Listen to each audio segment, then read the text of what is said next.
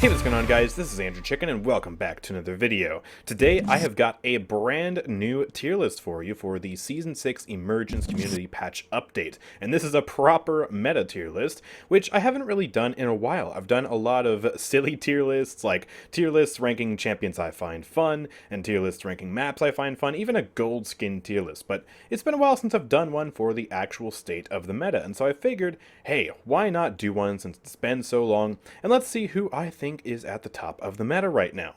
So, a few disclaimers before we start. This is, of course, my personal opinion on who I think is strong right now. I am a 4-time Master now, as I recently achieved Masters in this season. Unfortunately, I've decayed back down to Diamond because I decided to take a break for like 2 weeks. Yeah, funny how that works. But yeah, this is my opinion, and it is also my opinion coming from a PC perspective. So, no controller opinions here. Stuff that's strong on controller isn't necessarily strong on PC and vice versa. So if you don't see champions like Talus ranking too high, that is absolutely why. It's because I'm a PC player. I'm going to rank what I know. I'm not even going to attempt to make a controller tier list. I also want to go ahead and show you the structure of the tier list before we get started, just to kind of clear up any confusion about the tiers. So at the very bottom of the list, we have the throw pick tier, which are champions that just, they suck. They're really bad. You shouldn't pick them if you're trying to actually do well.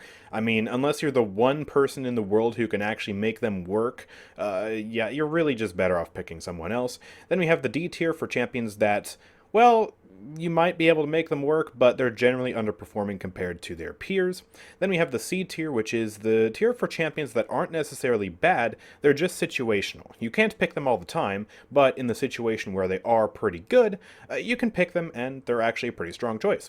Then we have the B minus tier, which is the tier for champions that are good, but you have to be, pretty skilled with a champion. You have to know what you're doing. So champions that not everyone can pick up, but the people who really know how to play them, they will absolutely pop off, and they could be just as strong as maybe someone in the A tier. Then we have the B plus tier, which is the pure average tier. It's for characters that are decently balanced. You can pick them up and do fine. Obviously, it'll vary with your skill level, but, they're okay. They're solid choices. Then we have the A tier, which is the tier for above average. These are the absolute strong choices. These are characters who are very, very good right now, but not necessarily game-breakingly busted. You don't necessarily need to ban them all the time or anything like that, but if you're looking for a good option, these are good champions to pick.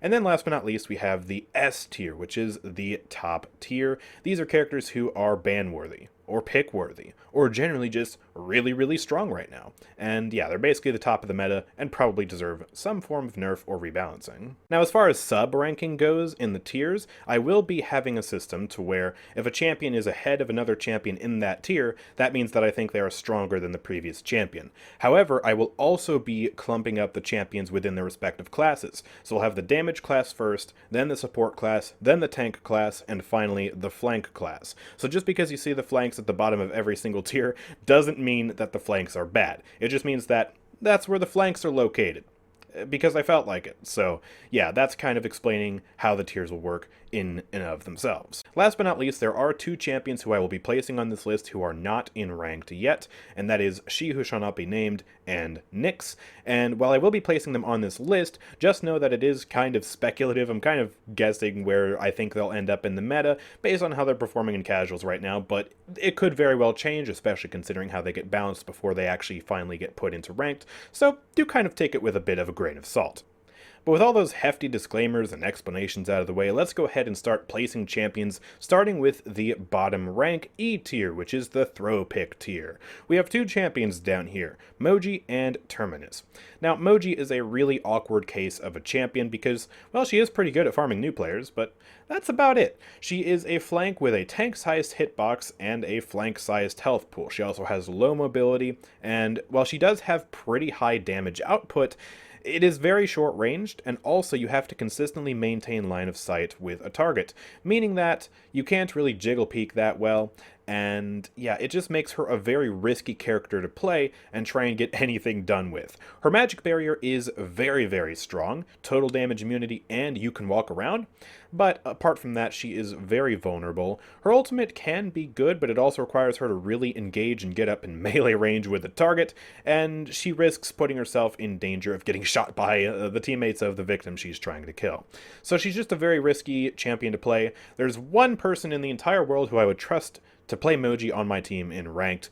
You know who you are, but apart from them, this character just isn't really worth it to pick in ranked.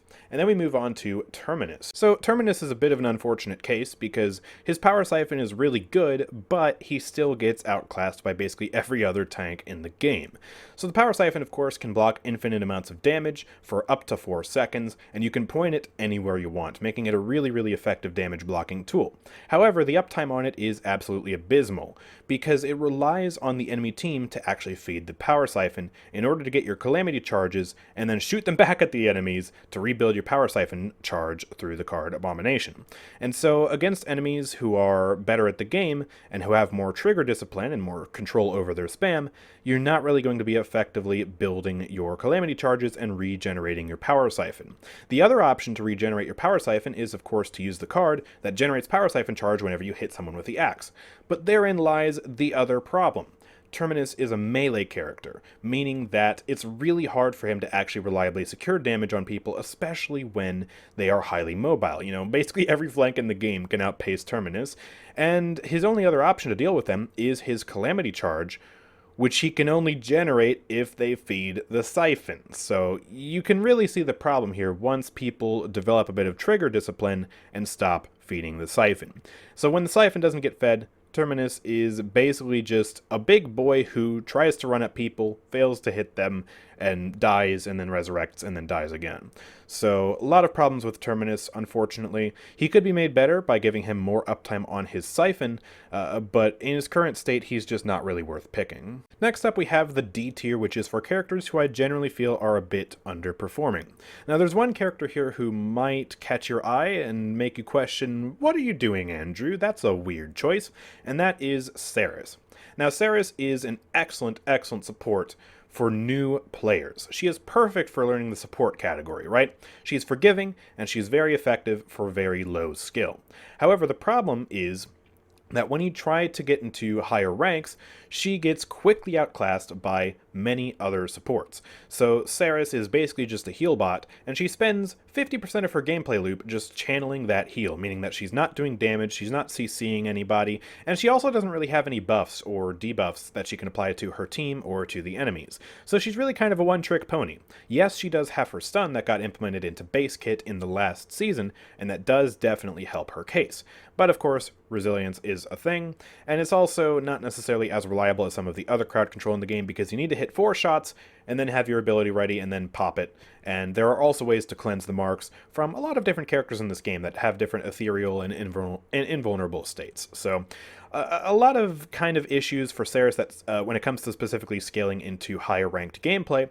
But again, if you're trying to learn the support class for the first time, Seris is an excellent choice.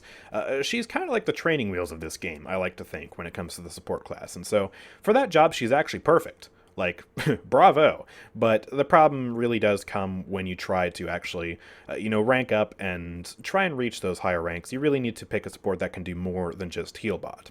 The other champions here I think are pretty self-explanatory. Vivian and Skye are both kind of underperforming characters. They can pump out a decent amount of damage, but they just have a lot of lackluster stuff. Skye obviously has her invisibility, which certainly did get buffed this patch with the movement speed passive that she now has, but it's still invisibility that can be pretty easily countered, right? She doesn't have an actual proper movement ability, she's just really fast, and so the stealth is still pretty predictable, especially if you're a high skill player, and also there are reveals, there's illuminate, there's damage over time, all these effects that can make it easy to track Skye. And then Amani is also kind of a character who I regret putting here. I don't want to have to put her here, but unfortunately she is kind of underwhelming compared to a lot of other damage champions. Her root is very powerful crowd control, but again, resilience exists, and the rest of her damage, I feel, doesn't really make up for that. Plus, she can be pretty buggy sometimes, so there's that to consider as well. If you're good at her, maybe you can make her work, but I wouldn't say she's as reliable as a lot of other choices. Next, we have the C tier, which is for characters that are not bad, but are just situational, right? You can't pick them all the time, but there are certain situations where they do make a lot of sense. So let's start off with Yaggorath. Yaggorath is a very situational tank. You have to have a good healer, but what you really have to have is a lot of excellent team coordination, right? So you can't just pick her all willy-nilly. You can't pick her when you're not coming with your team and when your team's not actively, trying to strategize and come up with the best ways to defeat the enemies. But when you do have that coordination, when you do have the communication required to make her work, she is amazing because she can be a huge distraction. She can certainly dive the enemy team really effectively, especially with that accelerate, and she can really kind of just set up plays and be that initial, catalyst towards you winning the team fight. So she's very, very good for that, but otherwise, I mean, yeah, she's very, very situational, because if your team isn't willing to play around you and strategize with you, oh my goodness, it can be very, very rough. Next up, we have the supports. We have Corvus, who is pretty darn good at pocketing people. Obviously, that's kind of his whole thing. He can put a mark on somebody and heal them wherever they are on the map. With Dark Gifts, he can give a bunch of buffs, but generally where he shines is going the 2-mark talent and just, doubling the people he can pocket. But if you're not pocketing people who are diving in, he is not necessarily the best. So, he's situational in that regard.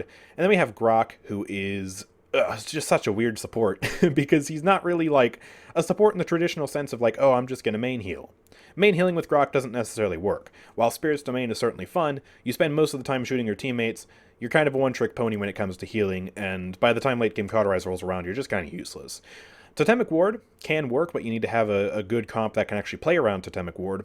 And then Maelstrom is really, really good, but you've got to pick it against the right comp. You've got to pick it against a comp that has deployables or a grouped up team. Shields can kind of get in the way, so, it's situational, but when Grok works, oh my gosh, does he work. Plus, he has the second best support ult in the game, so you have that to consider as well. And then we have Rey, who is a support who is really good when you pair her with a support who has a good ultimate.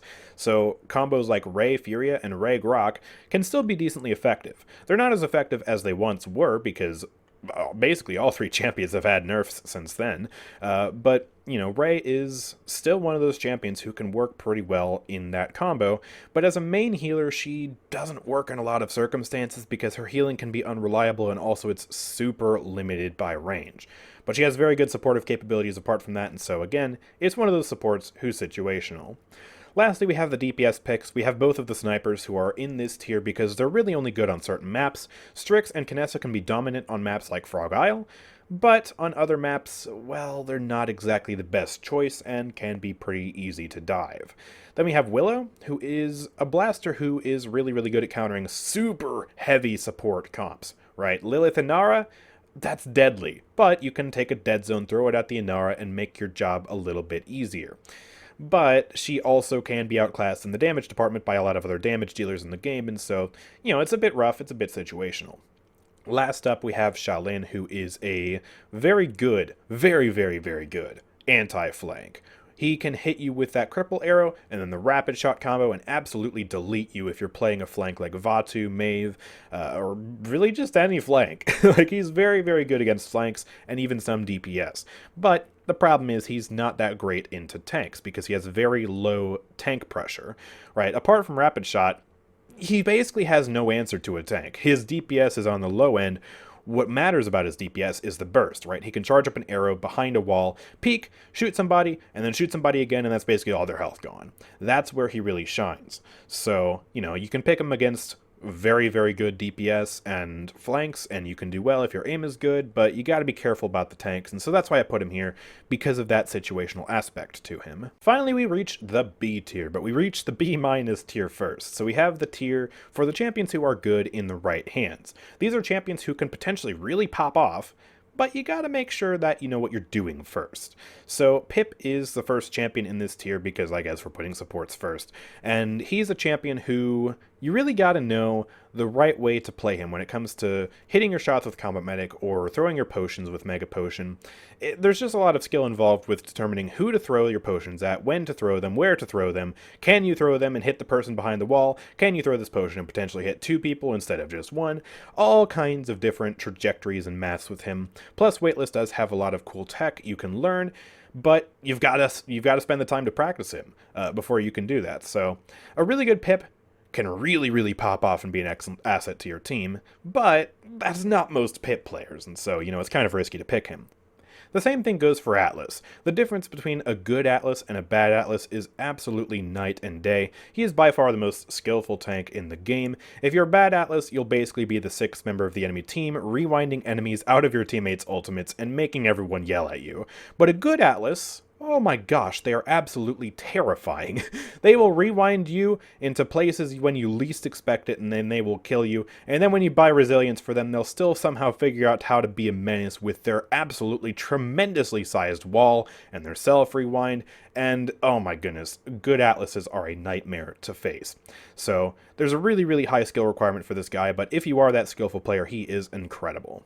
Then we have 3 flanks here, Buck, Eevee, and Caspian. Buck, you could honestly maybe make the argument for putting him in the situational tier because he is all in on the dive aspect. If you can't dive with Buck, you're basically useless, but if you can dive with Buck, oh my goodness gracious, he is insane, especially when paired with a pocket. So maybe I misplaced him, but you also have to kind of know what you're doing when it comes to timing your dive, knowing who to dive, stuff like that. We also, of course, have Eevee, who, I mean, come on, she's the hardest flank in the game, like, duh. Of course she's good in the right hands of the people who know how to play her, but really bad in the hands of people who don't know how to play her. That's the most obvious one here. And then we have Caspian, who, after his nerfs, requires a lot more finesse, because, of course, Measured Cadence is no longer the OP talent that it used to be. You can no longer proc any of the Rogue's Tempo cards on the Mini Rogue's Tempo with Measured Cadence, plus you can no longer get stacks on anything, or proc any cards from shields and deployables. So, yeah, it requires a lot more finesse, but I feel like if you have that finesse, you can still do really well with Caspian. It depends on how good you are. And now for the bulk of the champions on this tier list, we have the average tier. There's not much explaining that needs to happen here, other than these champions are pretty average. Like, there's nothing really to say about them. They're good, they're not horrible, but they're not, like, top tier. And yeah, most of these champions I think make sense, with a few exceptions that I will try to explain. First of all, we have Fernando down here, who is the lowest ranking point tank on this list, and the reason for that is because, unlike the other point tanks, I feel like, apart from his shield, he doesn't really offer a lot. Like, yeah, his damage can be very consistent, but it's still very low. The flamethrower is the 2nd lowest DPS weapon in the game. And then he also doesn't really have any form of crowd control, and his range is really weak. So, Aegis got nerfed again, and with the prevalence of Wrecker and with the prevalence of shield tanks in this game, you're generally going to see a lot of Wrecker when you're up against a Fernando, even if it's not just for the Fernando, if like there's a Torvald on the team or something. So, apart from his shield, I feel like he's kind of useless, and his shield is not in a great spot right now. But he's still good enough that we can put him in the average tier. Next up we have Androxus, which may come as a shock to some of you considering how prevalent he's been in the meta for the past 6 months to a year or so, but ever since the removal of Cursed Revolver, I feel like he's been in a much weaker state. He can still do very well if you're pretty darn good at him, he can even do well if you're fine at him, but he's no longer a top tier choice in my opinion, and I think he's kind of just in a state of existing right now. Like, he's not anything to write home about at the moment, so B tier he goes, and yeah, it's a weird feeling to me too, putting him down there, but, well, we gotta face the truth, and the truth is he's no longer top tier. Last up, I want to talk about Genos. Genos is a character who I definitely would not have put in B tier last patch, but this patch, ever since the buffs, I feel like he's decent enough that we can put him in B tier. He has very consistent healing, considering that it's auto-aim and you can apply it through a wall, and then it just lasts on someone for 12 seconds now. They buffed it. So, yeah, very good uptime, very good consistency on the heals, and with the cooldown changes, he now has pretty consistent burst as well. So he's generally an all-around powerful heal bot now. Still not top tier or anything, but I feel like he can get the job done a lot better than he used to last patch, and so he goes in the B tier. Who knows, maybe as this patch goes on, we might be able to bump him up depending on what people can do with him, but for now, I think it's a respectable spot to put him in. Next up, let's move on to the A tier. So we have quite a few champions in the A tier, and these are champions who I generally think are very good choices right now. Again, they're not tip-top of the meta, but they are pretty darn good. So there is one champion here which I immediately want to jump to, and that is Drogoz. Drogoz is a very fickle character because he can either be really good or really bad depending on the state of the meta and depending on the state that he is in. He hasn't really gotten too many direct balance changes, but he has gotten some pretty good stuff, such as the increased air strafing that all characters got at the start of Season 6, which definitely affects Drogoz because he spends most of the time up in the air. And also, a lot of the hit scans in the game aren't in a particularly strong state right now. Some of the best counters to Drogoz are, average. They're mid-tier, like Androxus, for example. When Androxus was meta, Drogoz is basically non-existent. There's no reason to play him. But with Androxus being mid right now, Drogoz is actually a lot more formidable. In fact, I've seen some Drogoz players pick Drogoz into Androxus and actually win that matchup. So Drogoz, considering how weak Androxus is right now, actually has some room to breathe and room to shine, which is actually quite incredible. We also have our two spam blasters, who are pretty decent right now. Betty especially is a character who has gotten a lot of buffs since she came out, and she can just really be a menace when it comes to tank busting because she's got so much spam potential. I mean, she's got the hail bombs and she's got the cluster bomb, which she can just send at somebody, but then her bombs from her primary fire also do 700 damage, plus the extra damage of Fiery Disposition. And when you combine that with her movement ability that knocks people back and basically gives her free damage, she's not only a really effective tank buster, but she can also defend herself from flanks if they do come around, making her just really devious. And then I feel like Dredge is, at this point, kind of the off-brand version of Betty, which is weird considering he was here first, but with the buffs to Crow's Nest and the increased air strafing and the removal of mid-air inaccuracy, he's feeling pretty good this patch. Especially considering that, yeah, his spam is pretty darn good. He's got a very consistent anti-air option with Hurl, and if you don't go Hurl, you've got a very powerful slow. So Dredge is decent as well. And then we have our other two damage champions with Cassie and Tyra. Tyra is very strong in particular because of her hunting party talent, which gives her entire team a damage buff on one target for several seconds. Yeah, that's just silly. It's just silly. Tyra herself doesn't even need to necessarily do good. As long as she's marking somebody, her entire team is going to benefit from that. And yeah, she just really synergizes well with good team play for that reason alone. And then Cassie, after her buffs, is feeling a little bit stronger. Cassie was already a strong choice, so I would have put in A before the buffs, but now she can two-shot people more reliably, and of course her ultimate has a nasty, nasty damage buff, which, yeah, I still think was unnecessary. We only have one support in A, and that is Maldamba, and the reason I put Maldamba here, this might be totally my personal bias coming in, but I feel like he's generally the next step down from the supports in S tier. He's really, really good, really dependable. He's a jack of all trades. He can do a lot of good healing, has a lot of good crowd control, has decently consistent damage if you can hit your shots, and a very good movement ability, and I feel like he's one of the only supports in the current patch that I can really defend myself with consistently, which, yeah, I value tremendously when it comes to playing a support, because I don't like to be bullied all the time. I don't like to be a little wimp that sits in the backline, spams heals, and then dies when my team doesn't look out for me. And I feel like Damba is very good in that regard, and so I put him in A tier as a very solid choice. Then we have our tanks. We have Barrack, Makoa, Azan, and Rom. Three of them are off tanks, and I feel like generally they are very, very solid off tanks. Makoa's hook will never be bad unless they nerf the range to like 1 meter. Like, the hook is just so good for setting up kills. Azan is generally an all-around pretty strong off-tank. He's in a very good spot in the meta right now. He's not overwhelming, but he's certainly very playable. He's very consistent, has very good consistent damage, has vertical mobility, and pretty good traversal as well with the dash. Very good survivability with his healing and his damage reduction and his walls. He's just awesome. And then we have Rom, who did take a bit of a hit with the nerf to Subservience, but Subservience is still percent-based global healing, so, take that for what you will. And yeah, he also has some of the highest EHP in the game, very good self-sustain, a very good weapon, and very good mobility. So all around pretty solid. And then, of course, we have Barrack, who is the second strongest point tank in the game right now, and a pretty dependable option, too. He's just got very good zone defense with his shield, with his turrets. He's very small, which does help when you're a tank. It means you get hit less. And he also has very good damage. Always has. If you have both turrets shooting at you with Barrack's blunderbuss, you're going to be taking a lot of damage. His dome shield is also an excellent ult for just securing the point, as long as Rom isn't also in the lobby, because he can just bulldoze it. But yeah, Barrack, very, very solid, very dependable, very strong point tank option. Then for our two flanks, we have Seven and we have Maeve. Maeve is generally very dependable. She's super high mobility, and she also has great range for a flank.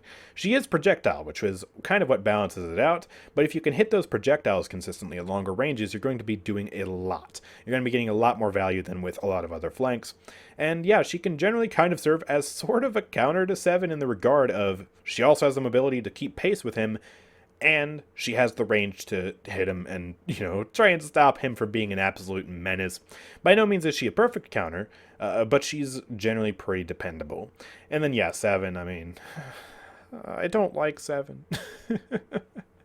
He's got the absolute strongest mobility in the game, bar none. He can traverse the map and run laps around all the other high mobility flanks combined, even with his nerfs. If you get Chronos 3 and you run the right build, he's completely unparalleled. And even though they nerfed his range, they didn't nerf it nearly enough. He still has incredible range for a flank. And the difference between Seven's range and the range of characters like Maeve, Eevee, and Vora is that Seven's damage is hit scan. So it's considerably easier to land at longer ranges than those projectiles. And so it's a nightmare to face, Seven. He isn't without his counterplay. Of course, you can still cripple him, you can still burst him down. Shalane works pretty well for him, but yeah, he's an absolute menace. He's so annoying. So yeah, Seven also goes in the A tier. And finally, we get to the S tier, the absolute tip-top cream of the crop champions in the current patch.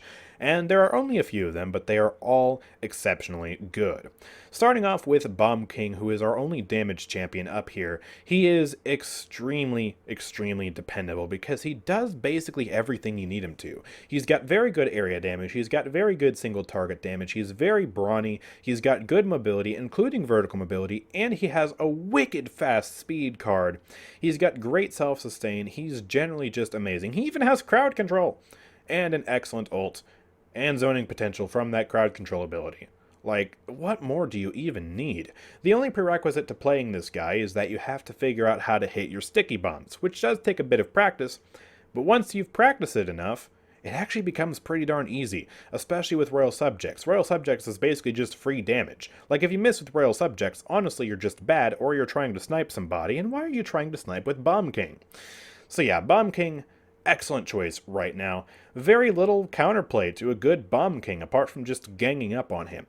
He wins a lot of 1v1s, he's got great cover denial, he's got great damage, he's got great area he's just great! Need I say more? Next up we have our supports, and we have two of them. We have Lilith and Grover.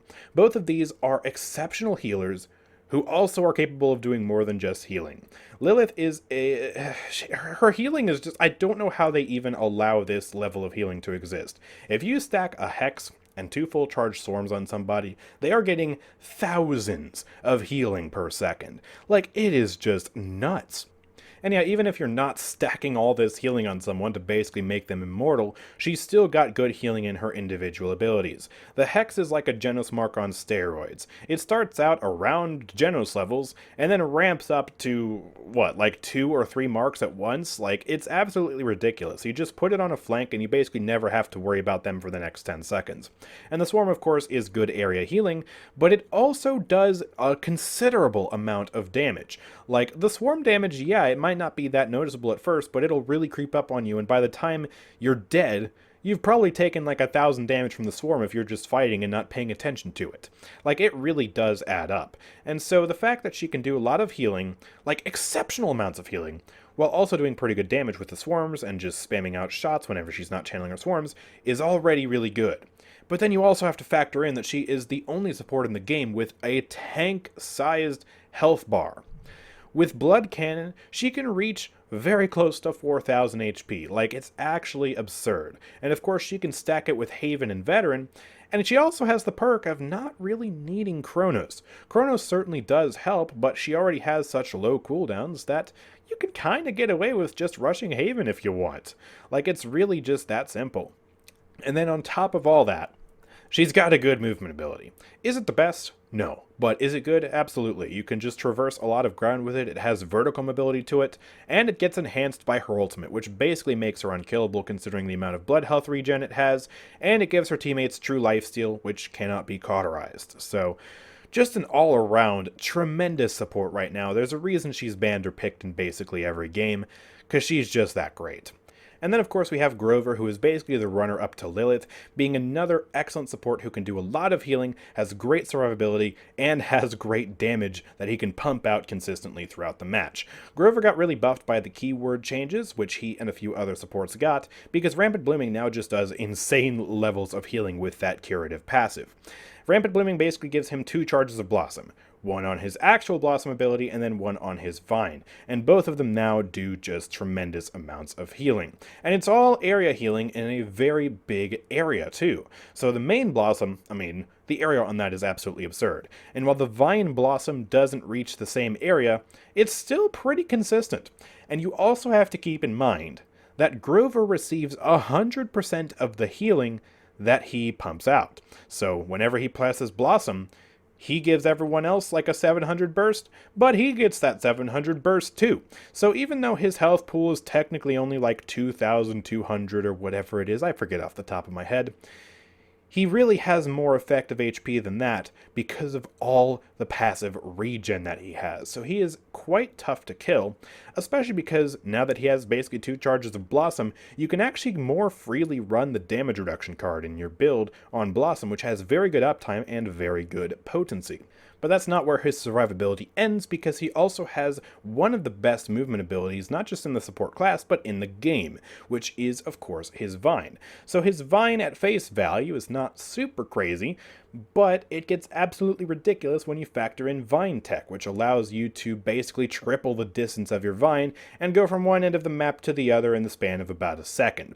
So if a flank dives him, he could just Vine to the other side of the map, forcing them to chase him even deeper into his team and giving him more time to kind of regroup, heal himself, and do a little bit more damage. So the Vine with the Vine Tech is absolutely insane. And then, of course, his ultimate is just a massive heal dump. Like, nothing more to really be said. It's a lot of healing, and it also has really good consistency.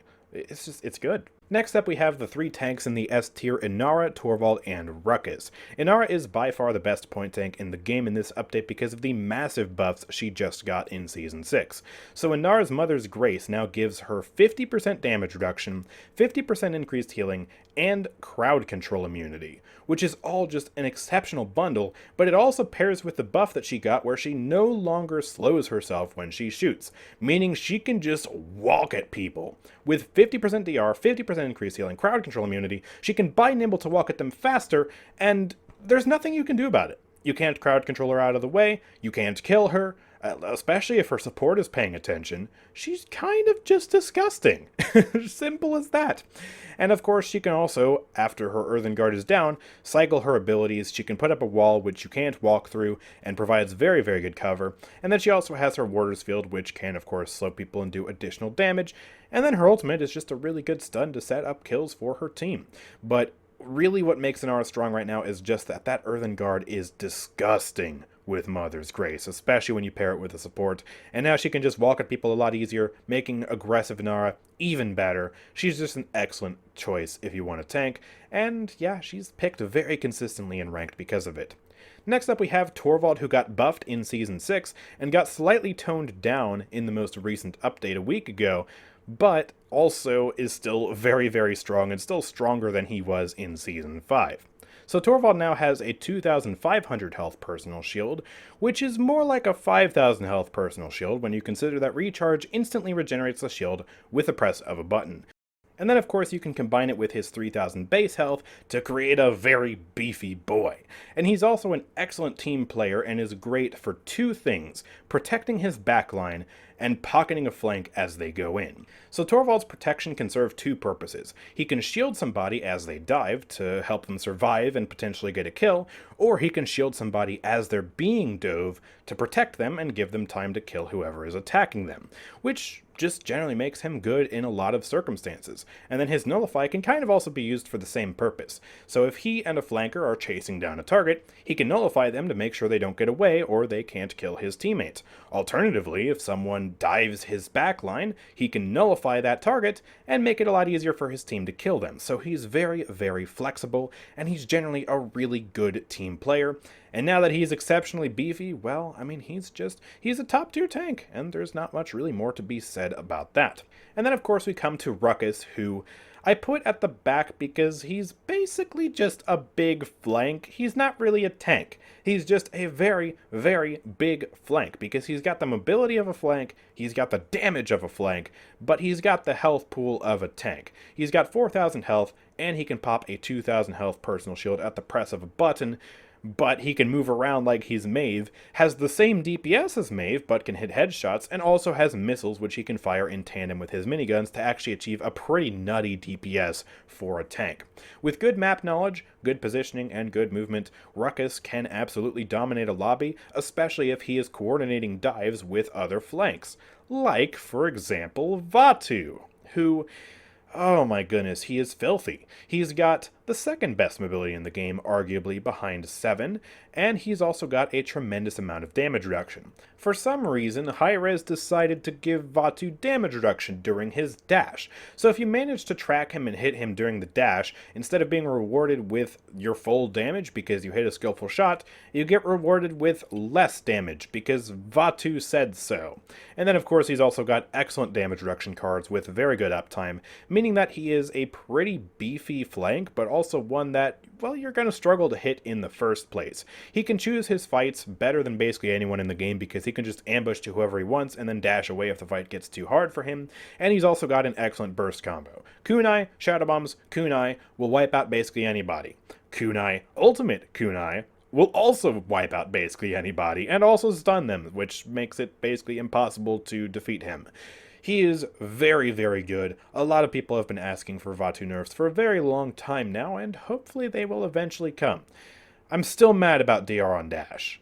I have been since he released. Like, come on, Hi-Rez. Why? Just why? Imagine if Maeve had damage reduction during Pounce, or if Eevee had damage reduction during Soar. Like, it just doesn't make sense. But yeah, that about wraps it up for the Season 6 Emergence Community Patch Update, which is a very long title for an update. But yeah, please, of course, let me know your thoughts in the comment section down below. All thoughts, feedback, and criticism is welcome, but of course I ask you to please be respectful in the comments. We're not trying to start a war here, okay? But yeah, let me know what you think. Would you change anything about this list? What would you change? Leave your thoughts in the comments. And also, of course, if you enjoyed, make sure to drop a like, subscribe, and turn on notifications so you never miss an upload from me. Check out the Twitch channel and the Discord server linked in the description. And with that being said, thank you guys for watching. I will see you all next time. Peace out.